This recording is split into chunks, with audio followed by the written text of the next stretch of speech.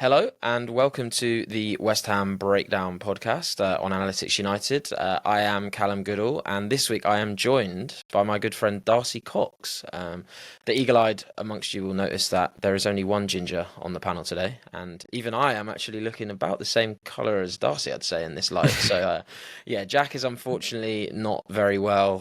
The winter lurgy that seemed to catch us a few weeks back has finally caught Jack. But that will not stop us from cracking on. We're obviously coming off the back of what was actually a very interesting game against Bournemouth last night where we drew, which I think by the end of it, for me at least, felt like a decent result because we were under the cosh for the second half. But yeah, before we get stuck into all that, if you do want to hear, which I'm sure you will do, some more from Jack, then his player ratings are up for Patreons over at patreon.com/Analytics United. So please do go away and check them out. Probably a good time to make use of the free trial as well with fixture congestion really getting the best of us.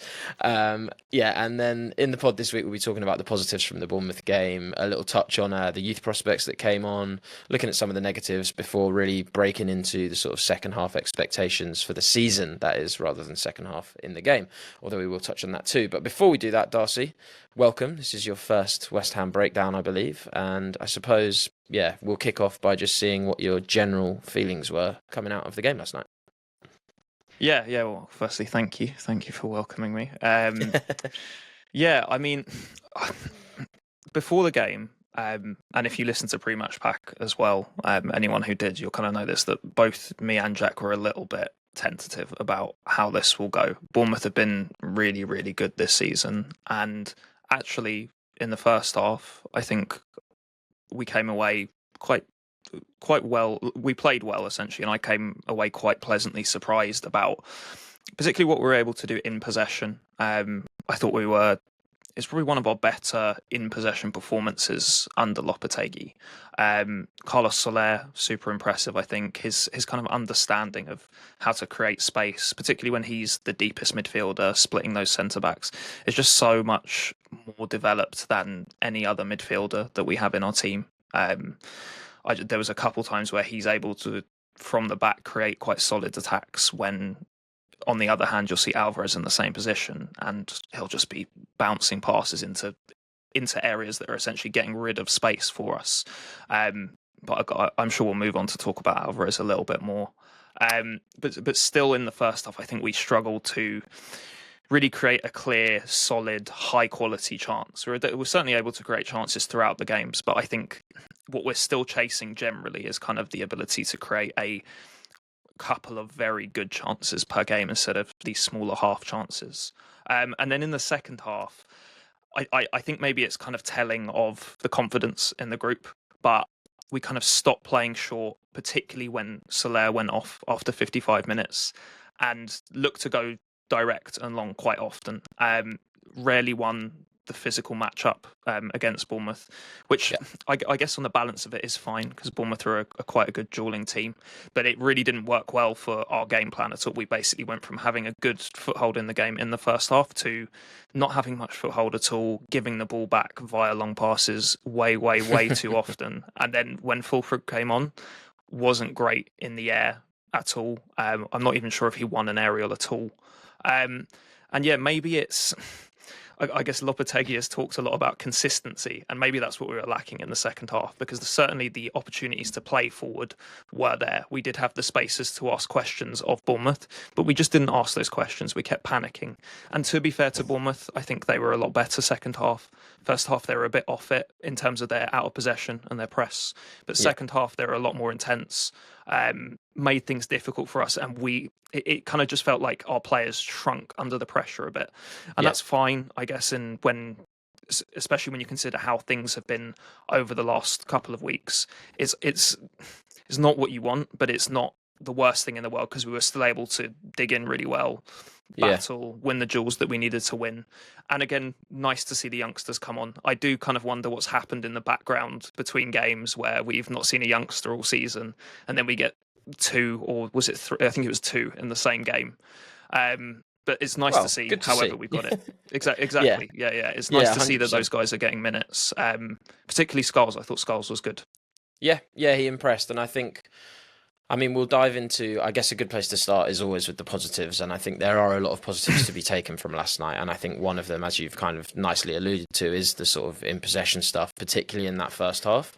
I think in a lot of the preview chat, in the pre-match pack, and in our discussions about how we would approach this if we were in charge, perhaps in hindsight now, and with the benefit of the game having just happened, we were maybe a bit too negative. I think we kind of were like, well, Bournemouth are in great form, we're not performing particularly well, best thing we can do is probably just bait them in, go long to Souček and win the flick-ons. And that first half, I was really impressed with the way that we actually approached it. It wasn't something that I thought that we would be able to do against a team as aggressive as Bournemouth. And I think in part, it was sort of a perfect marriage whereby I think we were really able to do that because Bournemouth's press was way less effective than we've seen it in that first half compared to how they've performed throughout the season. But yeah, I think one thing in particular that I was hoping we might be able to explore a little more around the in possession stuff is, and I guess it alludes somewhat to what you said about consistency, because there was quite a lot of change across the pitch in possession, with obviously Paquetá starting out on the right. He then had a stint up front as well at some point. And I think one of the things that I particularly thought in the first half was a real positive was a sense of fluidity within that front three or four that I don't think we'd actually seen a lot of so far this season. And I think in particular, I was very impressed by Kudus, who we all know what a player he can be on his day, and that was great to see. But I think again, it would only be right, and we're going to do a lot of individual performance stuff later, but to highlight Bowen's ability to drop in and facilitate play, like him coming deeper than usual was really impressive for someone who isn't really a focal point striker and hasn't really been doing the through the middle stuff for particularly long. And the way that he was combining play, the way that he was dropping into link with Carlos Soler, who we've also highlighted, and bringing Kudus into play, I thought it was fantastic and really helped us sort of play through the thirds in a way that we haven't really been able to see so far this season. And in turn, obviously, giving the likes of Howson and Zabarnyi the sort of decision to step up or to hand over to the midfielders. And then if they step up, the fullbacks have to tuck in, and that creates space for Soufal and Wan-Bissaka, who I thought did a commendable job out on those flanks as well. So, yeah, I think as an in-possession system, I felt like we took strides forward against Bournemouth, which is not an easy thing to do, even with their drop-off. And, yeah, I wonder if you came away with sort of similar positive feelings, albeit there are consequences of the attacking play that we'll come on to discuss in the second half. But yeah, I think generally feels like a good step forward, and sort of if Kudus can continue that form and if Bowen can continue to be a threat through the middle or just linking up, dropping deep, then could we be looking at something sort of a slightly more positive moving forward? Yeah, and what I quite liked about the dynamic we had in the first half within our attacking players anyway in this game was the fact that you got Paquetá back in essentially the front three on the last line, and he goes from kind of like a deep turnover machine to someone that can use their physical presence to compete with centre backs, albeit not very well. And that's why I think at the start of the second half, we struggled to get any sort of hold on the ball when we were going long. It's just not really his game, or at least it isn't yet. And then some of his link up around the box as well, especially when he was the focal point. It's kind of, some of the stuff you'd expect from Fulkrug when he's fully fit, taking the ball on the edge of the box, back to goal, centre back pressuring him, and just able to flick it around the corners to Carlos Soler, I think it was, is the one clear example I can think of. And that actually, I guess, facilitated a lot of the quick link up, the upside that we were able to generate in the first half. And I also think it's worth mentioning Souček in there as well, who I think did a really good job at essentially playing de facto right wing in the first half. He was making a lot of runs that allowed Bowen to move a little bit more central when he did end up out on the right, and it was Paquetá playing through the middle. I thought Souček was a big help there. I think the overall issue you get is we maybe have one too many players in that area that we want to fit in to the same group. I think it's great that you get Bowen, Soler, Paquetá, Kudus all in the final third at the same time. But actually, when everyone is fit, where does Paquetá end up fitting in there? I'm not too sure, because I don't think you can play him at striker over Fulkrug once Fulkrug is up to speed. But yeah, it was nice to see those players working together again. Really, I feel like we've not seen that too much for the last couple of weeks, and maybe it's that Soler is kind of the facilitator and all that. He's the guy that's actually smart and intelligent enough as a footballer to go and make those things happen. But yeah, I think it's really it's those kind of things, those kind of attacks, those kind of dynamics in attack. Sorry, that we need to focus on, even if it's just about getting results at this point, because those are our big upside players. Those are where we have the quality over all the teams that are around us at the minute. Yeah, and I suppose if I was going to put my Debbie Downer hat on just for a moment, there were sort of flashbacks that I was getting to that Leicester game, where in possession we came away from that saying things had started to click, and actually the scoreline didn't really reflect the performance, but we created a high volume of chances against Leicester, but really not a huge amount of clear-cut chances, and even when we did, we were profligate in front of goal. And I suppose you've touched on a bit there. Yeah, there's positive shoots, and I think the fact that we're creating the chances that we're creating is great. But the fact that Souček was finding himself at right wing, crossing to Bowen in the middle, is a bit of a backwards. Like, I think if you can get the sort of automatisms, as I guess you'd call them, those sort of things you're practicing on the training ground to create those chances, but we need to really just train on it a little bit harder so that it's Bowen out there crossing into Souček, because then the chance becomes a lot more promising for us.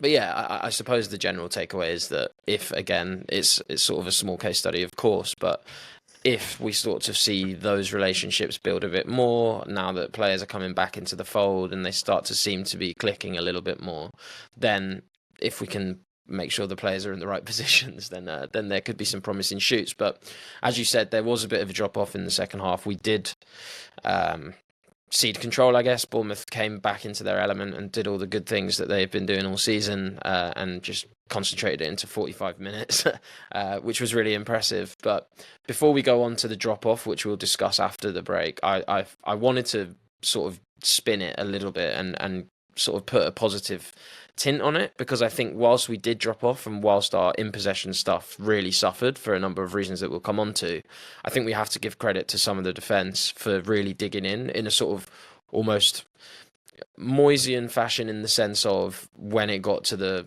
back line close to the goal, we really dug in and there was lots of blocks and lots of clearances, albeit obviously with a much higher starting defensive line. But yeah, I think we have to give credit, and Fabianski in particular, but I suppose both the centre-backs as well probably deserve a little bit of credit. I know Mavropanos obviously commits the foul that gives Enes Ünal the free kick, but I think by and large both Kilman and Mavropanos had an okay game.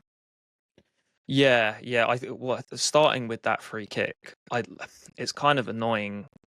Not annoying to analyse, but I guess frustrating from the perspective of Mavropanos, because actually and this is most games as well, he duels really well. In the numbers, he'll look great in terms of his success rates, but you get these, and the free kicks are kind of not included in this, to be fair, but you get these kind of high profile mistakes maybe once a game or once every 2 games that just mean all of his good dueling numbers end up becoming a little bit irrelevant, and he kind of undoes his own work.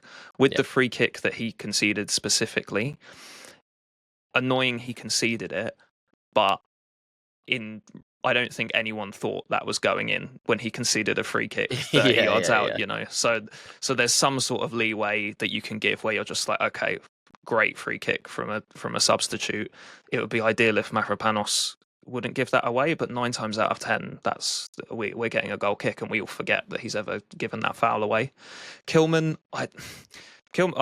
is probably pound for pound been our best player this year, aside from Bowen. I think it's one of those two.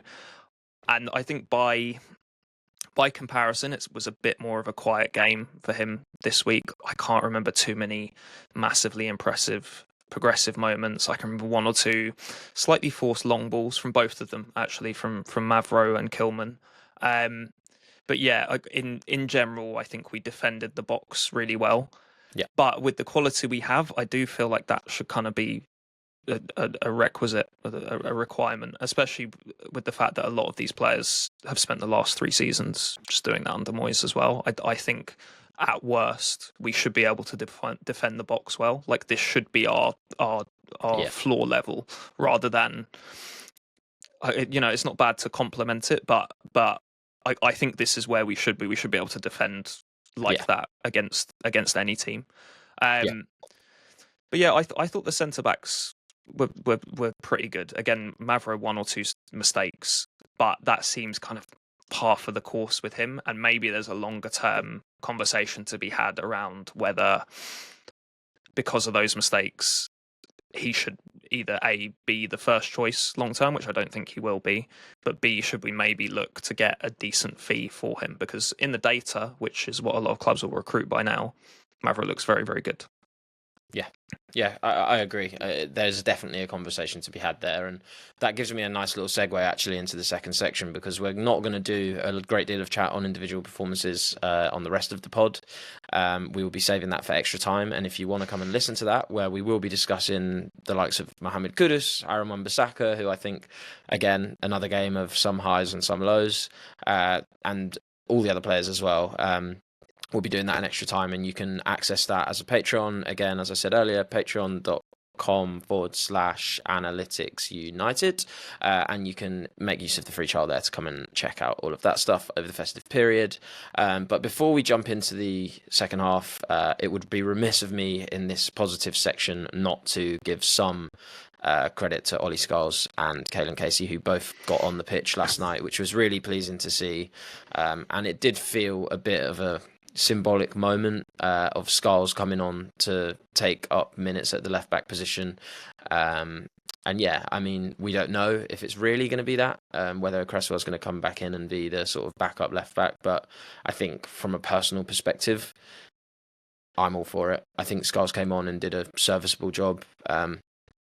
He did as well as you can expect Cresswell to do, coming on in that exact same circumstance.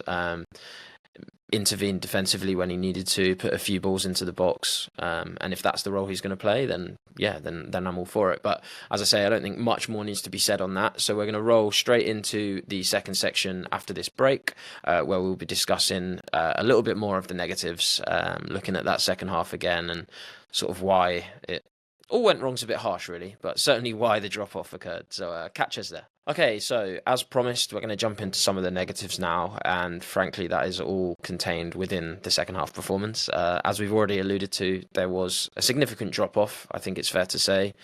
All of the stuff that we have talked about in that first half, that we did well, playing through the press, taking control of the game, being able to engage the middle third rather than just go over it, and get the centre-backs playing into the midfielders who are then bouncing out to the full-backs and allowing us to progress and find Bowen, who was dropping in deep. All of that went out the window in the second half, really. I don't think that's me over-exaggerating at all. I think in part this was a response from Lopetegui because whilst we dropped off, Bournemouth stepped it up massively. All of their pressing was more aggressive. They were arriving at the right moments more frequently. They were creating a lot more, and their transitions became a lot more threatening. So I understand why we decided to go long in response to this.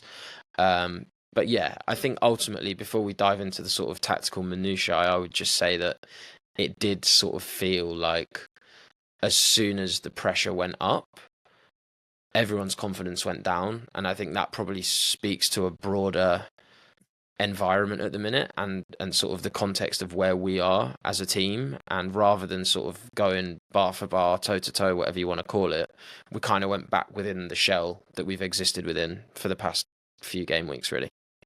Yeah, and I think the way the players were feeling and their confidence, I actually think showed in a lot of the body language. When I was watching it back earlier, there were times where I think it was Mavropanos was on the ball deep and we had time to play into midfield, but every single player on our team had already turned their back on the ball and was walking towards the halfway line, expecting the ball to go long.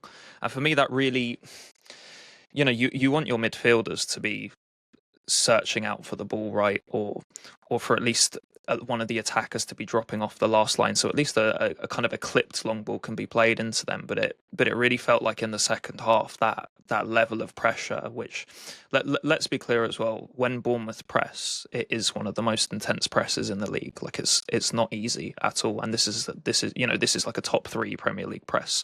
Areola coaches out of possession super well, so it's not damning of your team to struggle a little bit against the Bournemouth press. But I think really what the issue is that the opportunity to ask Bournemouth's press questions were there, and we just didn't ask them. Players were ignoring short midfield options, or midfielders were not offering that short option, which just meant the ball had to keep going long, and therefore we were unable to retain it. And like we said in the first half of this pod as well, Soler went off at 55, sort of was forced because of the yellow. But yeah, we kind of rejected everything that worked well in the first half. More than anything, I think because the players are at a point where they're so anxious about what's happened previously and the downsides of trying to dominate the ball and then losing it in such advanced positions that they've suffered quite a lot with recently, that risk aversion is at an all-time high. If we can go long, the players under pressure would just want it to go long. They don't want to be culpable for mistakes. They don't want the poor performance to be their fault. And I get it. I get it. You know, like there must be a lot of pressure within the squad right now because they know that they're better than, what is it? We're 14th, 15th in the table. Our squad for sure know that they're better than that. They're all better players than that. And they're able to do a lot of the in-possession stuff under pressure that we would have liked to see in the second half. But like you said at the top of this, really, I think confidence was the biggest and most telling factor in the second half. Yeah, I completely agree, and I think it is a shame because it's almost a bit of a catch-22, right? Like you say, the players all know that they're better than we currently are showing, but the situation's become so hairy that there almost isn't the freedom to show that they're better than they are currently playing. And it's sort of, how long does that go on before you actually are just as bad as you are, which is really horrible to say, but it's such a sticky situation to be in. But I think, yeah, the Soler substitution obviously was essentially where everything started to turn. And I think there was a lot made on Twitter during the game about whether this was the right decision. Obviously, as soon as you take off Soler, you cede control.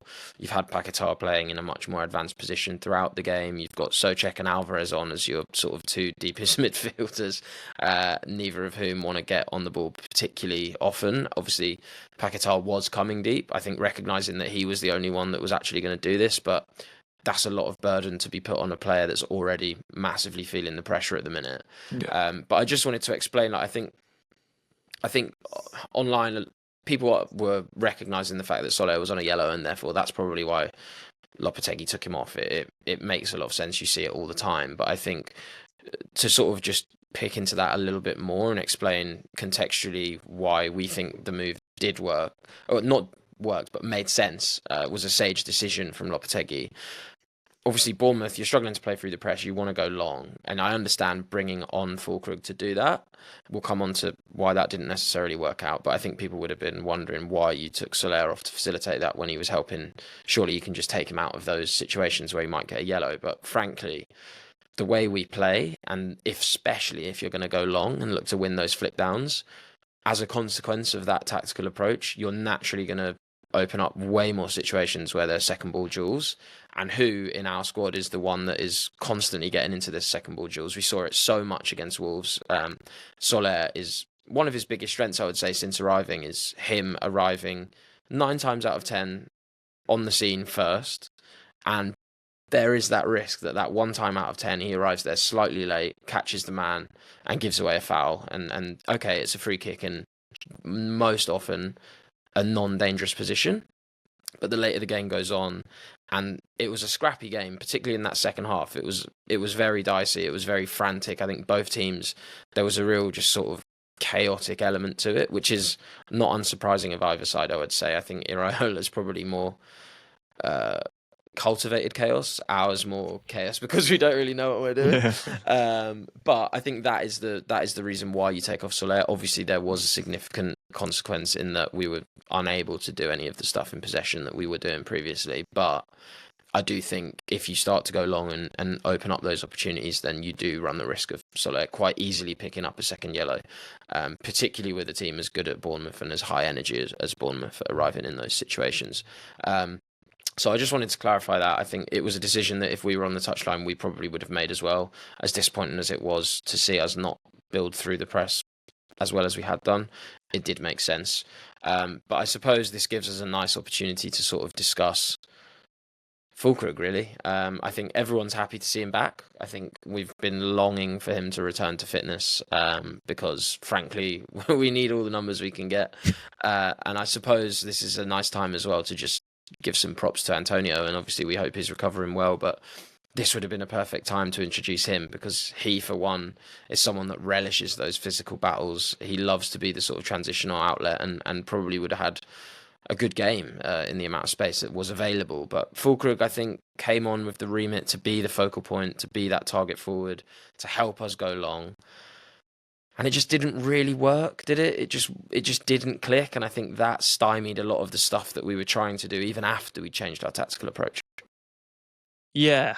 And I guess it's kind of disappointing to see Fulkrug not function aerially because, I mean, everything you've just said there, you've hit the nail on the head. We almost kind of had to bring Soler off, not only because of the yellow card, but because actually all the upside that Soler generates, we weren't trying to use anyway. We were scared of the pressure, we were going long. So actually, props to Lopetegui, he's proactively made a very good, quick substitution to try and address the weaknesses in game, which I think has been one of the complaints against him. So big green tick for Mr. Lopetegui this week. But yeah, Fulkrug was pretty poor in the air, and it's worth saying that he does sort of have history for this. I'm pretty sure it wasn't in the Champions League final. Doesn't he lose Danny Carvajal at a defensive set piece and Real Madrid score? And he almost did the same thing for us as well. I think it was Zaberni manages to get free. I don't really know what Fulkrug is doing. I would try and describe it, but it's just sort of like bad, you know. And he's not a defender. He doesn't get how to defend the back post. But I think that kind of underlines a wider point that actually he isn't a big aerial guy that dominates in the air or even necessarily like puts off centre backs the same degree that we're used to with like Antonio. You know, he's very, very good at 2v1ing a set of centre backs. Not sure that's so much Fulkrug's game. And really, when we're going to see the best of Fulkrug is if we had him on in the first half, when we were getting the ball in and around the box, into players' feet. Really, that's where he becomes the focal point, the thing that links everything together, the guy that can play around the corner passes to get players into the box and will benefit someone like a Bowen. But actually, when we're looking to go more direct, it is that kind of Antonio-like presence that benefits the team the best, but also does the best as an individual from that. So you mean to tell me we've brought in another 6'3" striker who actually is a ball to feet guy? Hello, Gianluca Scamacca. Hello, Sebastian Haller. Are you out there? Okay, yeah. Well, I think, as you say, seeing him in the first half would have been great. But to be fair, Bowen did a good job at all the stuff that Fulkrug would have done. I think what I will say, there was one moment in the second half where I think you see it from Fulkrug. He drops a bit deeper, and to be fair, there was a lot of fizz on the ball, but he sort of looked very up and pass. Played Kudus in behind. It was almost a reverse in behind through ball, which I was just like, okay, that's what we need to be. That's how we need to be playing to get the best out of this guy. 100%. And I think you see it as well. The flip side of, I think there was a cross into the box where Fulkrug gets his head on it, and okay, like fine, he gets on it, but I think he just puts it from point blank range straight at the keeper, and I think again, our biggest chance. He would have really probably preferred the ball slightly lower to have poked it in with his foot across the goal. But again, I suppose this this comes with time. I don't know if it's as such about misprofiling. I think it's more the case that, well, we don't have another option at the minute, and he is a big guy, and we needed to go long, so let's try it. But also, these guys haven't really played with him yet. Like, it's the first time he's come into the team. Hopefully he stays fit, and hopefully we see more of those moments that he had with Kudus, and we sort of see the team learn how to feed him. Because I think just naturally, you have anyone that's played football, if you've played out wide and you've had a big guy in the box, your natural instinct is, right, I'm going to fizz it in there and put it on his head, because he looks like he'd probably win this. But yeah, hopefully with time that will come. And I think, again, there was positive shoots, but I think ultimately part of the reason that our second half approach didn't work is because we just lacked the focal point that we thought we might get out of Fulkrug, which is a shame, because I think now that Antonio's got a long-term injury, we know that Bowen can't really do that. Paquetá struggles, he can do it in short bursts. We don't really have that plan B in the way that we would like to have it, because we don't have a reliable long ball guy up front. But hopefully we'll work around this, and hopefully we get to a point where we don't actually need to see it, because I think on another day, if the midfield was slightly more confident and we'd brought Fulkrug on and just tried to play the way that we had played in the first half, but with Fulkrug, we might have seen real benefits. But obviously the confidence just isn't there at the minute. The team aren't as gelled as they might like to be with this current setup. So hopefully we'll see that. And as we approach the end of this second part of the pod, rather, because we have got part 3 coming up, there's a few other things that we saw that we don't need to go into great detail about, because it's stuff that we've sort of discussed so much throughout the course of the season. But transition defending was obviously once again problematic. I think it is now just a byproduct of any time we look to be good in possession.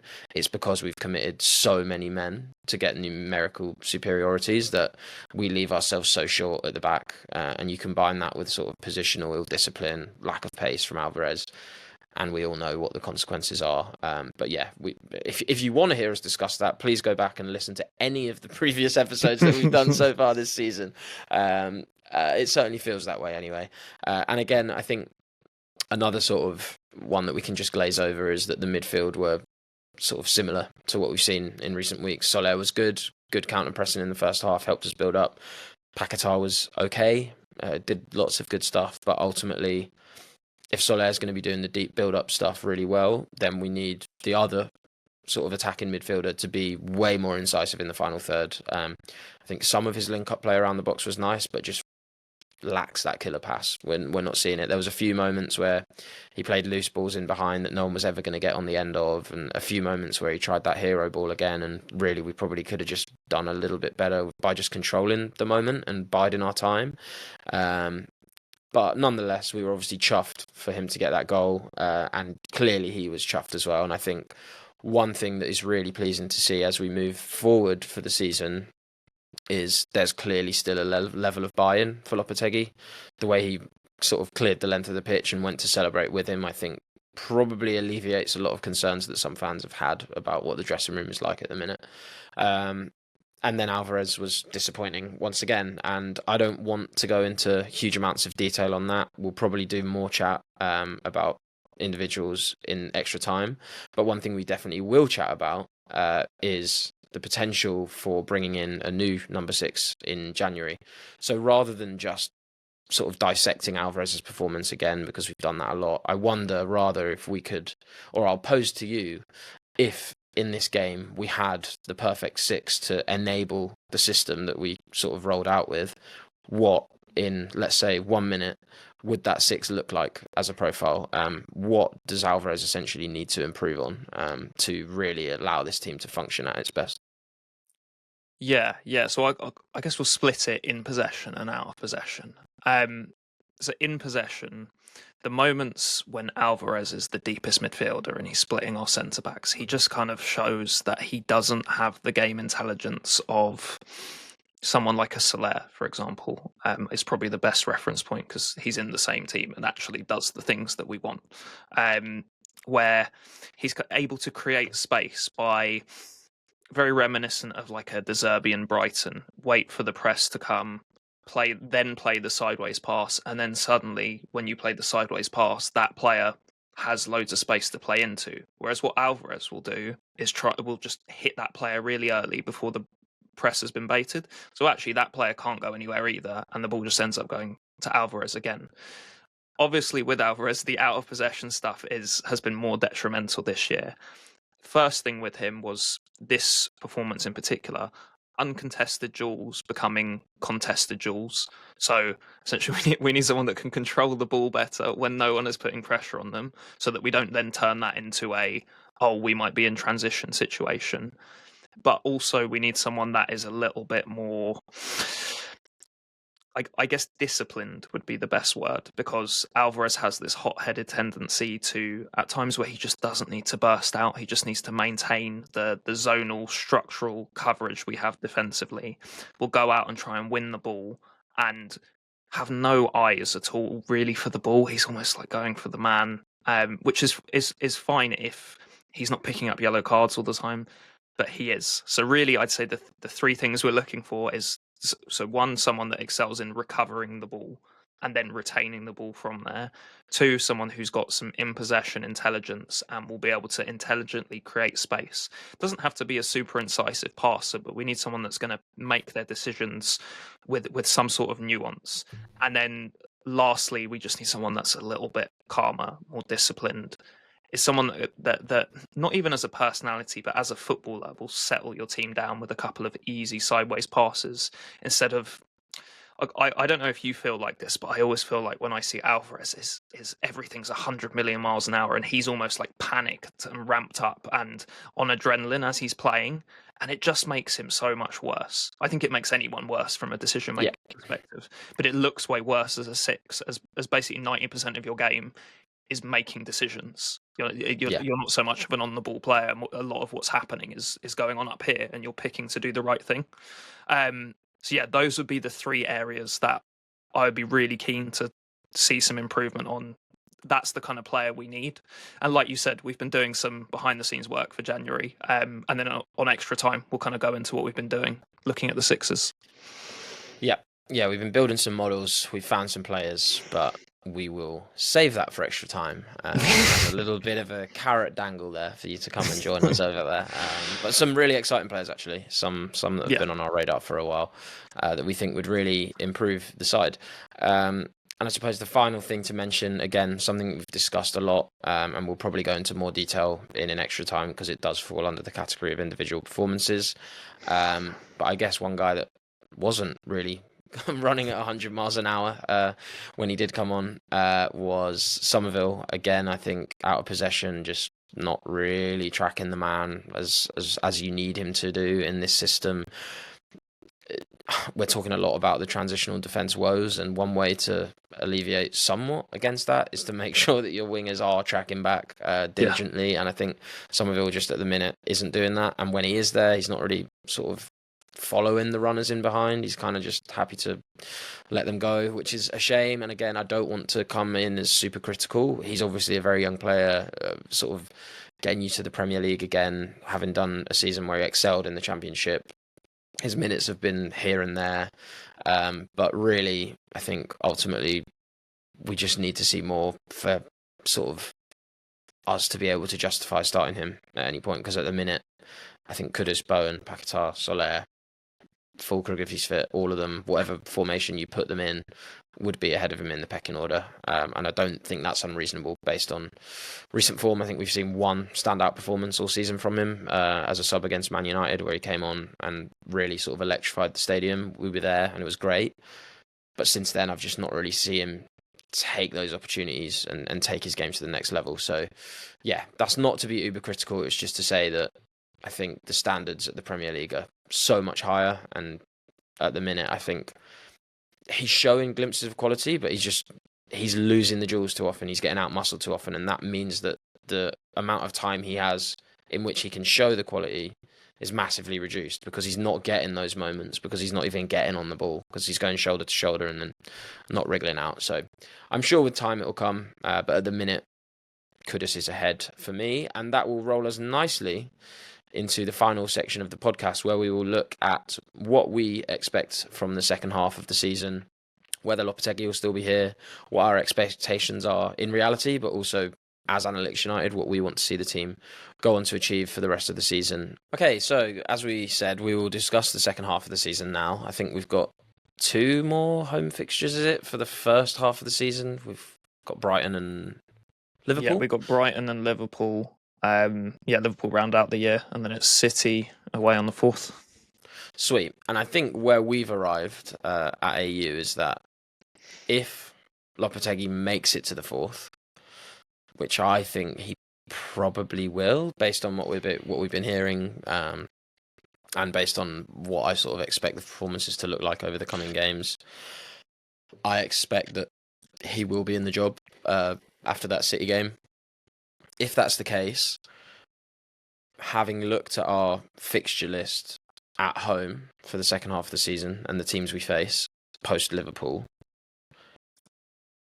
I think there's a big case for sticking it out till the summer, because I think there's a real opportunity to go on a bit of a run, really, at home at least, because the fixtures that we've got are so much more favourable than the home fixtures we've had in this first half of the season. Yeah, we've kind of, I mean, this happens to a team every year, right? But we've kind of hit all of the teams that are really good at home in the first half of the season at playing them at home. So actually, now that we know how good each team is in the league, we've had kind of a tough start to the season. And second half of the season, like Cal was saying, things look a little bit more favourable. We have lots of home games against teams that are way worse away from home than they are at home. Sorry. So that fixture run at home looks like, so we have Fulham, then we've got Palace, Brentford, Leicester, Newcastle, Bournemouth, Southampton, Spurs, and then Forest is our last home game of the season. So at home now, we don't play any of the traditional big 6 apart from Spurs. And then out of those, it's 1, 2, 3, 4, 5, 6, 7, 8, 9 fixtures. I would say Fulham, we could maybe earmark as a win, maybe a draw. Palace should be a win. Brentford should be a win, as they are basically two different teams, home and away. Managed to get it out in the end. Leicester, an obvious win. I'd say it's fine to draw against Newcastle at home. They're one of the better teams. And Bournemouth, pound for pound, is probably the hardest home game we have left this season. Southampton, you'd want to win. Spurs, I guess you could be okay with a draw, but then Forest, you'd probably want to see a win as well. So what's that? 3, 6, 9, 12, 15, 18 points we're predicting we should be able to get at home across the second half of the season, which if we kind of project that onto where we are now, we would be on, what are we on now? 14 points. Do you happen to know off the top of your head? Sorry, we should have been more prepared. This is what happens 19 when chat points. goes away. 19 points. So we'd essentially be doubling what we've done over the first half of the season, with still a couple games left as well. And if we just look at the table as well, or think about the table, and that it's super, super close-knit this year. So Bournemouth, who are having arguably, I think, their best Premier League season ever, 25 points. We're on 19. And we're in 14th, they're in 6th.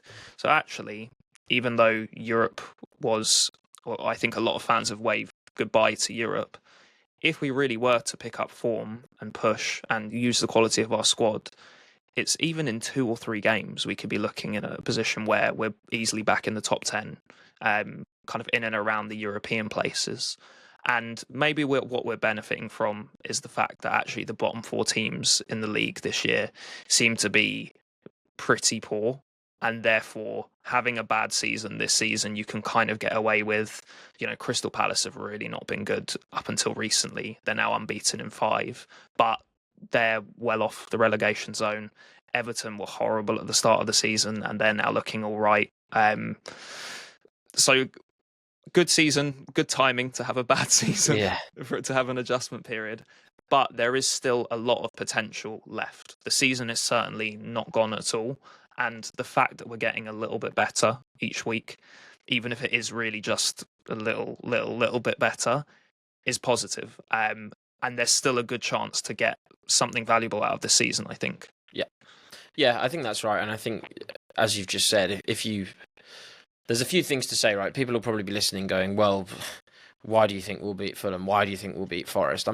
Based on current form, based on their form, based on our form. That's all true. It's all very true. But I think what we're saying is our expectations, judged on what we would expect this current squad to achieve against X squad, is that we should beat this team on paper, however you want to put it. That's what we should be looking for. And as you say, we're staring at the second half of the season now with a favourable home run, with us sort of starting to see glimmers of hope in possession. Drawing away at Bournemouth is a good result. Things have started to click. Ish, but ish is better than niche, which is what we felt for most of the season so far. And I think there's some definite benefits, and it feels really unambitious, but I guess this is the reality of the situation we find ourselves in now, is that we're in a preferential position where if you say, let's say we hope to pick up 19 points at home, and we're on 19 at the minute, that's 38 points. I reckon, based on the lack of quality at the bottom of the league this season and how competitive the league has been elsewhere with teams picking up results against one another, that 38 points is probably going to be just about enough to keep you up, with Wolves being as bad as they are, with Southampton being as bad as they are, and with Ipswich and Leicester and Everton all sort of down in amongst it there. As long as we pick up results against those teams down there in those 19 points, then I think we will stay up.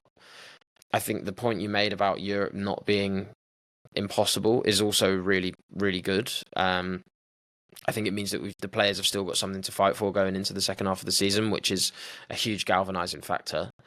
But I think the main takeaway for me, probably putting in my sort of how to run a club head, I guess, is that the risk of relegation is so...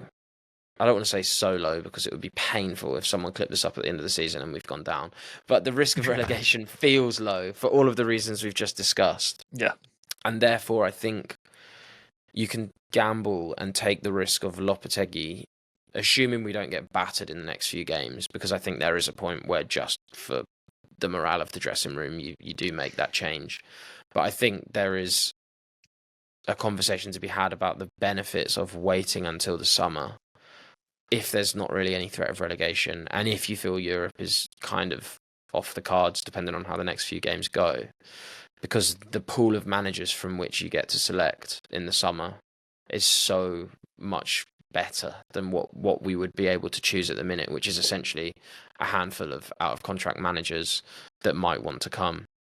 Whereas people might run out their contracts in the summer. I haven't had a look at whose contracts are coming to an end, but I imagine there will be, as there always is, clubs that move on or managers that decide they want a new challenge, that are looking for that next step. And all of a sudden, your list of Potter, Conceição, etc., which aren't bad candidates, but it just means that you're not being forced into a decision. You're making that decision on your own terms, which is a really good position to be in. And I think the other positives are twofold. I suppose if it does click, as we say, and Europe's not a million miles off, then obviously you kind of have to stick with Lopetegui anyway, because if that materialises, then it's obviously under his management, and you have to reward that uptick in form by allowing him to see it through. And if you don't get there, then fine, you change manager in the summer. And if you do get there, then you have a conversation in a sort of Bournemouth, Gary O'Neill-esque way of, okay, you achieved what you wanted you to achieve, but do we still move on anyway? Because we think the club could go to even loftier heights.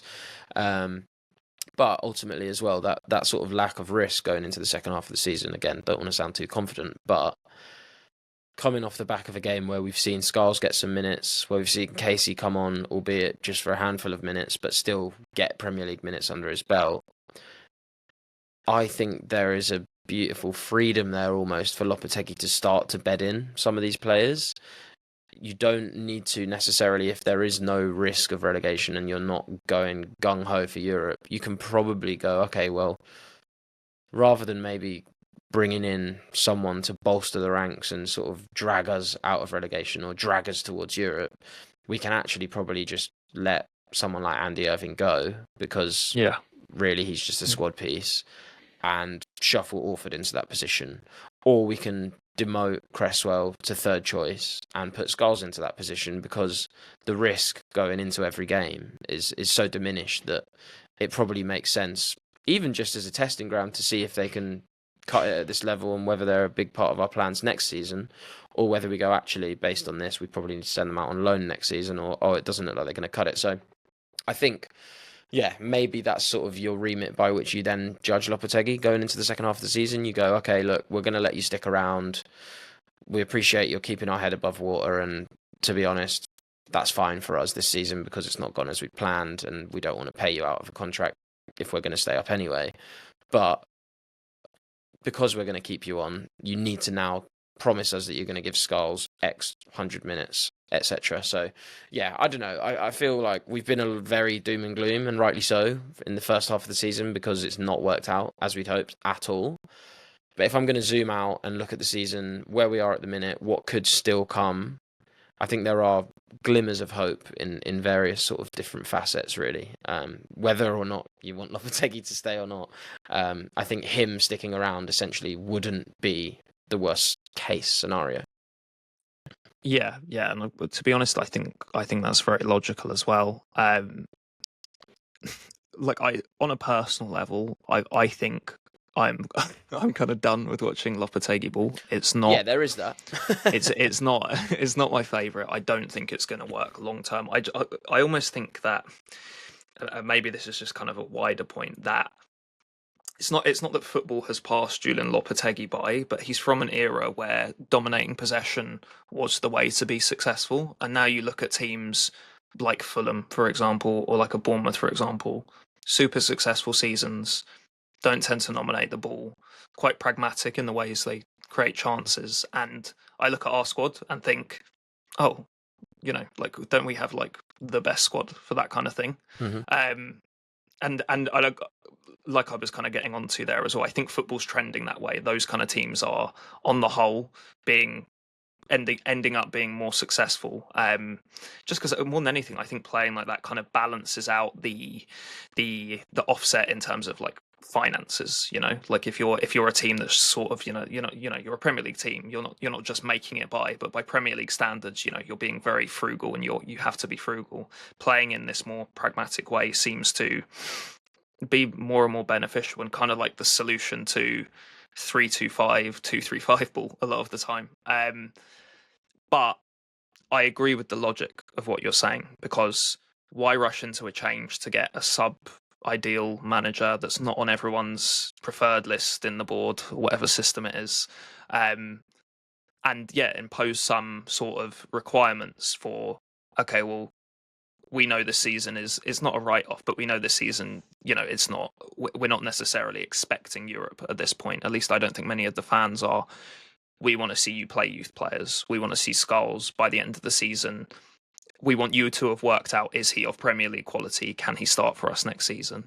And then at the end of the season, if you've done all those things, we'll have a look at the results and see. Mm-hmm. I think logically that is the most sound, but I think my mind was probably made up a little bit earlier. Yeah. But that doesn't mean that, just because I made up my mind doesn't mean I reject logic, And I think what you're arguing makes a lot of sense. Yeah. No, I think we're on the same page. And I think the idea of, just because I've made up my mind, I don't reject logic, is maybe a nice place to leave it, because Lopetegui clearly has his ideas, but sometimes he rejects logic. Just sometimes it seems like he rejects logic. But that's a nice place to leave it for this week's West Ham Breakdown. Thanks, everyone, if you made it to the end. I hope you enjoyed it. Jack will be back soon. We have told him to go and rest up, make sure he's smashing the Lemsips. But yeah, please tell your friends about us. Share the pod, etc. We appreciate all the support so far. It's been great, and like we say, as we head into the second half of the season, hopefully we see some more favourable results, and we'll have lots more fun stuff to talk about. So thank you, enjoy the festive period. I hope everyone is well, and we will see you soon.